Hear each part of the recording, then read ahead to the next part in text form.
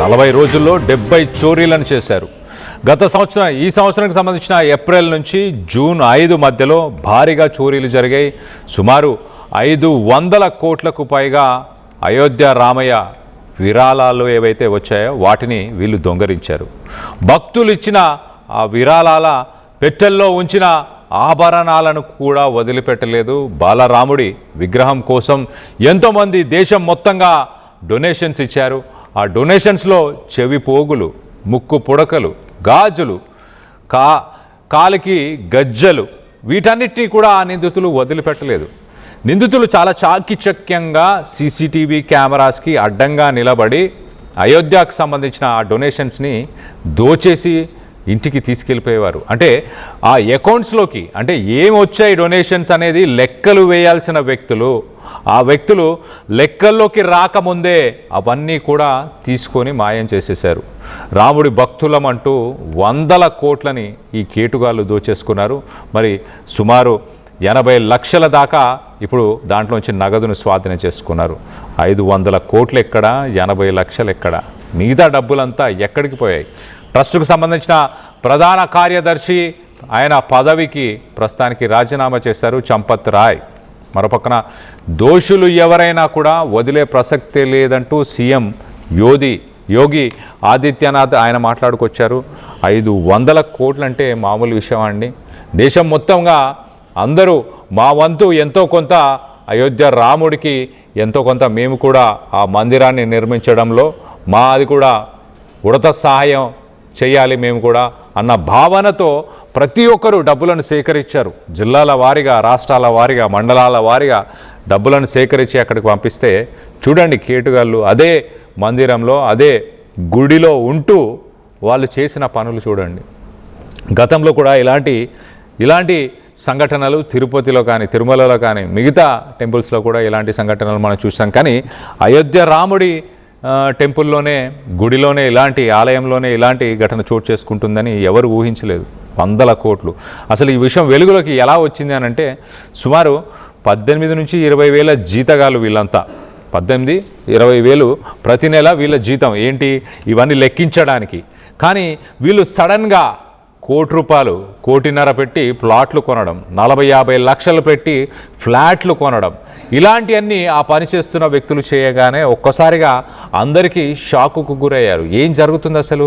వీళ్ళ జీతం చూస్తేనేమో 18,000, 20,000. వీళ్ళు కొంటున్న ప్రాపర్టీస్ చూస్తే మరి 1.5 కోటి, 2 కోట్లు, 50 లక్షల ప్లాట్స్ ఇలా ఒక్కసారిగా షాకుకు గురై కొంత ఎంక్వైరీ చేసే ప్రయత్నం చేశారు. దీనికి సంబంధించి సీఎం యోగి ఆదిత్యనాథ్ ఏం మాట్లాడుతున్నారో ఒక్కసారి ఆయన మాటల్లోనే వినే ప్రయత్నం చేద్దాం. దాని తర్వాత దీనికి సంబంధించి డీటెయిల్గా అప్డేట్ తీసుకుందాం. उनको अयोध्या के दौरे पे था, मैंने तब भी कहा था अयोध्या हम सबकी आस्था की प्रतीक है, भारत के सनातन धर्म की आस्था की प्रतीक है। अयोध्या पर आक्षेप मत करो। प्रभु श्री राम की मर्यादा का पालन करना सीखो। और अयोध्या के बारे में जो कतिपय समाचार मिल रहे थे, हमने कहा था एसआईटी गठित की गई है। एसआईटी की रिपोर्ट आने के साथ ही हमारी कार्रवाई भी प्रारंभ हो जाएगी। और आपने देखा होगा एसआईटी की रिपोर्ट आई, तुरंत कार्रवाई प्रारंभ हो गई। और मैं आश्वस्त करता हूं, जो मैंने कहा था दूध का दूध और पानी का पानी हम करके रहेंगे। जन आस्था के साथ खिलवाड़ स्वीकार्य नहीं। सनातन आस्था के साथ जो भी खिलवाड़ करेगा उसका भुक्तभोगी होगा। किसी को छूट नहीं दी जा सकती। मैं 19 जून को अयोध्या के दौरे पे था, मैंने तब भी कहा था अयोध्या हम सबकी CM Yogi Adityanath sensational comments చేశారు. సిట్ని నిర్వహించాము, సిట్ రిపోర్ట్ వచ్చిన తర్వాత యాక్షన్ మొదలవుతుంది. గతంలో కూడా మీరు నన్ను చూశారు, సిట్ రిపోర్ట్ వచ్చిన తర్వాత యాక్షన్ ఎలా మొదలు పెట్టానో అలా మొదలు పెడతాను. నీళ్ళని నీళ్లు, పాలని పాలుగా వేరు చేస్తాను. ఖచ్చితంగా సనాతన ధర్మంతో ఎవరైతే ఆటలాడతారో వాళ్ళని విడిచిపెట్టే ప్రసక్తే లేదు అంటూ సీఎం యోగి ఆదిత్యనాథ్ మాట్లాడుకొచ్చారు. దీనికి సంబంధించి మరింత అప్డేట్ తీసుకునే ప్రయత్నం చేద్దాం. మా ప్రతినిధి మధు అందుబాటులో ఉన్నారు. మధుతో మాట్లాడి తెలుసుకునే ప్రయత్నం చేద్దాం. మధు, చెప్పండి, ఏంటి, ఎలా చూడాలి అసలు? ఒక 18-20 వేలు సంపాదించే జీతగాళ్ళు ఇంత పెద్ద స్కామ్ని చేసి ఉండొచ్చా? దీని వెనక ఉన్నత స్థాయికి సంబంధించిన టెంపుల్ బోర్డుకి సంబంధించిన వ్యక్తులు కానీ మిగతా వాళ్ళు ఎవరు లేరా? ఏంటి దీనికి సంబంధించి లేటెస్ట్ అప్డేట్ ఏంటి మధు? ఎగ్జాక్ట్లీ, ఇంటి దొంగలుగా అంటే లోపల లెక్కింపు సందర్భంలో లోపల అంటే వచ్చినటువంటి విరాళాలను కౌంటింగ్ చేసి భద్రపరిచేటువంటి సందర్భంగా ఇంటి దొంగలు చేసిన పనికి ఈరోజు రామతీర్థ క్షేత్రకి సంబంధించి అయోధ్య రామ మందిరం పూర్తిగా అపవాదులో పడిపోయినటువంటి పరిస్థితి. పూర్తి స్థాయిలో ప్రచారం జరుగుతా ఉంది. ఒక అపనమ్మకం ఏర్పడింది ప్రజల్లో. వీళ్ళు లోపల ఉన్నటువంటి ఒక 7-8 మంది చేసినటువంటి చర్యలకు వారి వెనుక ఇంకా కొద్ది మంది ఉండొచ్చు, కానీ దానివల్ల పూర్తి వ్యవస్థపై తప్పుపట్టేటువంటి సిచ్యువేషన్ ఉంది. ఉత్తరప్రదేశ్ ముఖ్యమంత్రి యోగి ఆదిత్యనాథ్ చాలా సీరియస్ అయ్యారు. ఆల్రెడీ స్టేట్మెంట్ చేశారు గతంలోనే, రామ మందిర నిర్మాణం కోసం 500 సంవత్సరాలు వేచి చూసాము, ఒక 15 రోజులు వేచి చూడండి అనేటువంటి స్టేట్మెంట్ చేశారు. ఎవరిని వదలము, పూర్తి స్థాయి దర్యాప్తు కొనసాగుతుంది, ఎంతటి వారు ఉన్నా వదిలేది లేదు అనేటువంటిది సిట్ ఏర్పాటు చేశారు. దాని ప్రకారం ఆల్రెడీ అరెస్టులు జరుగుతా ఉన్నాయి, ఎంక్వైరీ జరుగుతా ఉంది, డబ్బు నగదు రికవరీ చేస్తా ఉన్నారు. ఎంత రికవరీ చేసినా కూడా ఎంత మేర నగదు పోయిందని గుర్తించడంలో కాస్త సిట్ పూర్తి స్థాయి దర్యాప్తు చేస్తా ఉంది. ఇప్పటి వరకు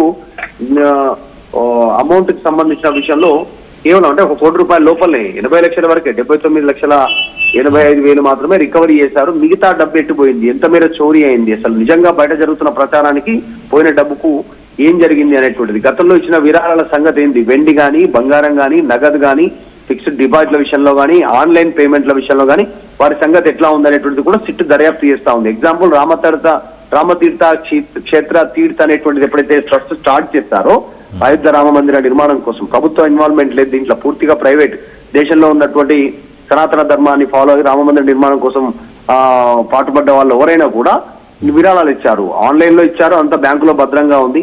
కొంతమంది బంగారం ఇచ్చారు, తర్వాత కొంతమంది వెండి ఇచ్చారు, కొంతమంది నగదు రూపాయన ఇచ్చినటువంటి పరిస్థితి, కొంతమంది ఇంకా ఇతర వస్తువుల రూపంలో ఇచ్చారా, అవన్నీ ఎక్కడున్నాయి, అవి భద్రంగానే ఉన్నాయా? మరి ఈ దొంగతనం చోరీ జరిగినటువంటి విషయం హుండీల లెక్కింపు మాత్రమేనా, అది ఎట్లా జరిగింది అనేటువంటిది ఎంక్వైరీ చేస్తా ఉంది. లెక్కింపు సందర్భంగా సీసీటీవీలకు అడ్డంగా నిలబడము, 100 నోట్లతో ఒక కట్ట కడతారు. జనరల్ గా మనం బ్యాంకు కోసం ఒక బిండల్ 100 బిండల్ ఉంటుంది, అది 500 కానీ 100 కానీ 200 కానీ, ఆ బిండల్కి సంబంధించి చాలా చాకచక్యంగా ఆ బిండల్ తయారు చేసేటప్పుడు, ఆ నోట్ల కట్టలు తయారు చేసేటప్పుడు 100 నోట్లు పెట్టకుండా 120, 130 నోట్లతో ఒక్కొక్క కట్ట తయారు చేయడము, బ్యాంకుకు వెళ్తున్న సందర్భంలో ఆ మిగతా ఎక్స్ట్రా డబ్బు ఏదైతే ఉందో దానిలో నుంచి 20-30 నోట్లు బయటికి తీసేయడము, తర్వాత లెక్కింపు సందర్భంగా లోపల బాత్రూమ్ లో వెళ్ళి డబ్బులు దాచిపెట్టడము, నగదును తర్వాత మెల్లిమెల్లిగా బయటికి వెళ్ళడం, ఇవన్నీ తతంగా జరిగింది. సీసీటీవీ కెమెరాకి అడ్డంగా నిలబడము, తర్వాత వీళ్ళంతా చెకింగ్ అయిపోయిన తర్వాత ఇంటికి పోయే సందర్భంలో వాళ్ళని చెక్ చేయకపోవడం, వీటన్నిటిపైన దృష్టి పెట్టారు. అవన్నీ కాకుండా బంగారాన్ని చిన్న చిన్న వస్తువులు, చెవిపోగులు కానీ, ముక్కు పుడకలు కానీ, ఇంకా గాజులు కానీ, ఇట్లాంటి రింగ్స్ కానీ ఎవరైతే ఇచ్చారో అవి కూడా మాయం చేసినట్టుగా గుర్తించారు. మొత్తం 40 రోజుల్లోనే 70 దొంగతనాలు జరిగాయనేటువంటిది సీక్రెట్ గా అమర్చిన కెమెరాల ద్వారా తెలిసింది. ఎందుకంటే అక్కడ కెమెరాలు పనిచేయట్లేదు, 45 రోజుల ఫుటేజ్ మాత్రమే ఉంది, మిగతా రోజుల ఫుటేజ్ ఎందుకు లేదు? మినిమం 6 నెలలకు సంబంధించిన ఫుటేజ్ అందుబాటులో ఉండాలి. అట్లాంటి సాధారణంగానే అంత బ్యాకప్ ఉంటుంది. కానీ గుడి లాంటి తిరుపతి కానీ, ఇట్లాంటి అయోధ్య రామ మందిరం కానీ, ఇంకా వేరే గుళ్ళు ఇంకా అత్యధికంగా ఉండి ఆదాయం ఉండేటువంటి ప్రాంతాల్లో 2 సంవత్సరాలకు సంబంధించిన ఫుటేజ్ బ్యాకప్ ఉండాలి. ఆ కుట్ర వెనకాల కారణం ఎవరున్నారు? నిజంగా పైన స్థాయిలో ఉన్నటువంటి చెంపత్ రాయ్, తర్వాత చెప్పుకుంటున్నటువంటి పేర్లు ట్రస్ట్ కి సంబంధించిన ఎవరున్నారు, వాళ్ళే ఉన్నారా, లేదా వాళ్ళ కింద నమ్మకంగా పనిచేస్తున్నట్టుగానే నటించి వాళ్ళ డ్రైవర్లు రామ్ శంకర్ యాదవ్ గాని, తర్వాత ఇట్లా వీళ్ళు ఉన్నారా అనేటువంటి దానిపైన దృష్టి పెడతా ఉన్నారు పూర్తి స్థాయిలో. ప్రస్తుతం అయితే రామ జన్మభూమి తీర్థక్షేత్ర ట్రస్ట్ కి సంబంధించినటువంటి ప్రధాన కార్యదర్శి చెంపత్ రాయ్ రాజీనామా చేశారు. దాంతో పాటు ఎంక్వైరీ జరుగుతుంది. ఇప్పటికి కొంతమందిని అదుపులోకి తీసుకున్నారు. ఇంకా దీంట్లో పూర్తి స్థాయి దర్యాప్తు 15 నుంచి 15 రోజుల లోపలనే సిట్ దర్యాప్తు నివేదిక చర్య తీసుకోనున్నారు. అరెస్ట్ చేయడం, ఇంత పెద్దవారు ఉన్నా వదిలేయలేనటువంటి స్టేట్మెంట్ చేస్తా ఉన్నారు. నిజంగానే కళ్యాణ్, ఒక లోపల ఉన్నటువంటి వాళ్ళు చేసిన కొంతమంది చర్యలకు ఈ రోజు రామ మందిర నిర్మాణం పైనే వచ్చిన విరాళాల పైనే ఒక అనుమానం తలెత్తేటువంటి పరిస్థితి ఉంది. అఫ్ కోర్స్ యూపీ ముఖ్యమంత్రి యోగి ఆదిత్యనాథ్ సనాతన ధర్మానికి సంబంధించి ఎవరు తప్పు చేసినా, ఎవరు అన్యాయం చేసినా వదిలేదంటూ స్టేట్మెంట్ ఇచ్చారు. మనకు యోగి గురించి తెలిస్తే ఆల్రెడీ అక్కడ ఎక్కడ అన్యాయం జరిగినా, రౌడీజం, గుండాయిజం ఉన్నా, కబ్జాలు ఉన్నా, ఇంకా ఇట్లాంటి ఇష్యూ ఉన్నా చాలా సీరియస్ గా ఉక్కుపాదం మోపుతా ఉన్నారు. దీనిపైన కూడా ఆయన సీరియస్ గా చర్యలు ఉంటాయి అనేటువంటి చర్చ అయితే కొనసాగుతుంది. సో పూర్తి దర్యాప్తు స్థాయిలో ఇంకా మరిన్ని నిజాలు తెలిసే అవకాశం ఉంది. Right Madhu, thanks for the latest update. మొత్తం మీద ఈ కేసుకి సంబంధించి ఇప్పటిదాకా 8 మంది వ్యక్తులని అరెస్ట్ చేశారు. రామ్ శంకర్ యాదవ్ అలియాస్ టీను యాదవ్, ఇతను ఆ ట్రస్ట్కి సంబంధించిన లీడర్, డ్రైవర్, గతంలో అతను డ్రైవర్గా పనిచేశారన్నట్టు తెలుస్తుంది. అలాగే లవ్ కుష్ మిశ్రా, ఈ లవ్ కుష్ మిశ్రా ఎవరైతే ఉన్నారో ఆయననే కోర్ మెంబర్, ఈ డొనేషన్స్కి సంబంధించిన కౌంటింగ్ స్టాఫ్లో ఒక ప్రధానమైన ఒక వ్యక్తి అని చెప్పొచ్చు. సో పై స్థాయికి సంబంధించిన అధికారులు కొంతమంది ఉన్నారు కాబట్టి ఇదంతా జరిగింది. ఖచ్చితంగా ఆ కౌంటింగ్ స్టాఫ్కి సంబంధించిన కోర్ మెంబరే దీంట్లో భాగంగా ఉన్నారంటే ఇదంతా అందరూ ఒక గ్యాంగ్గా ఫామ్ అయ్యి ఇదంతా చేసినట్టు చాలా క్లియర్గా తెలుస్తుంది. దీంతోపాటు అనుకల్ప్ మిశ్రా, అవినాష్ శుక్లా, మనీష్ కుమార్ యాదవ్, కరుణేష్ పాండే, రామశంకర్ మిశ్రా, సుభాష్ చంద్ర శ్రీవాస్తవ, మొత్తంగా వీరందరూ కలిసి మరి శ్రీరాముడికి సంబంధించిన శ్రీరామ్ జన్మభూమి తీర్థ క్షేత్ర ట్రస్ట్, ఈ ట్రస్ట్ పైన కొంత నమ్మకాన్ని దేశం మొత్తంగా ఉన్న ప్రజలందరూ కూడా నమ్మకాన్ని కోల్పోయే పరిస్థితి అని చెప్పొచ్చు. చంపత్ రాయ్కి అతనితో పనిచేసిన డ్రైవర్ కానీ, ఆ చంపత్ రాయ్ ప్రస్తుతానికి తన పదవి నుంచి, తన చైర్మన్ పదవి నుంచి తను రాజీనామా చేసి రిజైన్ చేసినట్టు తెలుస్తుంది. అలాగే ట్రస్ట్కి సంబంధించి ట్రస్టీ మరొకరు అనిల్ మిశ్రా అని ఉన్నారు, అతను కూడా మొత్తానికైతే ప్రస్తుతానికి రిజైన్ చేయడం జరిగింది. దీనిపైన ప్రతిపక్షాలు కాంగ్రెస్, ఆప్, సమాజ్వాదీ పార్టీ వీళ్ళందరూ కూడా ఖచ్చితంగా ఒక పబ్లిక్ అకౌంటింగ్ ఉండాలి, ఖచ్చితంగా దీనిపైన ఒక డిసల్యూషన్ని తీసుకురావాలి, ఎగ్జిస్టింగ్ ట్రస్ట్ మేనేజ్మెంట్ అందరినీ కూడా అంటూ ప్రభుత్వాన్ని కొంత తప్పుపట్టే ప్రయత్నం చేశారు. మరోపక్కన ఉత్తరప్రదేశ్ చీఫ్ మినిస్టర్ యోగి ఆదిత్యనాథ్ అయితే ఆయన పబ్లిక్గానే ఒక వార్నింగ్ని ఇచ్చే ప్రయత్నం చేశారు. ఎవరైతే ప్రజల నమ్మకంతో ఆటలాడుతారో వాళ్ళని వదిలిపెట్టే ప్రసక్తి లేదు అంటూ ఆయన సీరియస్ వార్నింగ్ ఇచ్చే ప్రయత్నం చేశారు. అలాగే సుప్రీంకోర్టు దీనికి సంబంధించి ఒక సిబిఐ ఇన్వెస్టిగేషన్ చేసి ఒక ట్రాన్స్పరెన్సీని మెయింటైన్ చేయాలి, ఇది ఒక హోలీ సైట్ అంటూ కూడా సుప్రీంకోర్టు మాట్లాడడం. మరి యోగి ఆదిత్యనాథ్ ప్రస్తుతానికైతే ఒక సిట్ని వేశాం. ఆ సిట్ రిపోర్ట్ వచ్చిన తర్వాత, గతంలో కూడా సిట్ రిపోర్ట్ వచ్చిన తర్వాత నేను ఎలా రియాక్ట్ అయ్యానో అలా యాక్షన్ మొదలవబోతుంది. ఎవరిని వదిలిపెట్టను, దేవుడితో ఆటలాడితే మరి ముఖ్యంగా ఎవరిని వదిలిపెట్టే అవకాశం లేదు. పాలని పాలుగా, నీళ్ళని నీళ్లుగా చేసి ఖచ్చితంగా తీరుతాను అంటూ సీఎం యోగి ఆదిత్యనాథ్ మాట్లాడుకొచ్చారు. మొత్తం మీద రాములు వారికి దేశం మొత్తంగా ఇచ్చిన విరాళాలని ఇలా ఇష్టానుసారంగా అక్కడున్న వ్యక్తులు దోచుకుంటే అలాంటి వ్యక్తులకు ఎలాంటి శిక్ష వేయాలి అన్న దానిపైన మీ అభిప్రాయాలు ఏంటనేది కింద కామెంట్ రూపంలో తెలియపరచండి.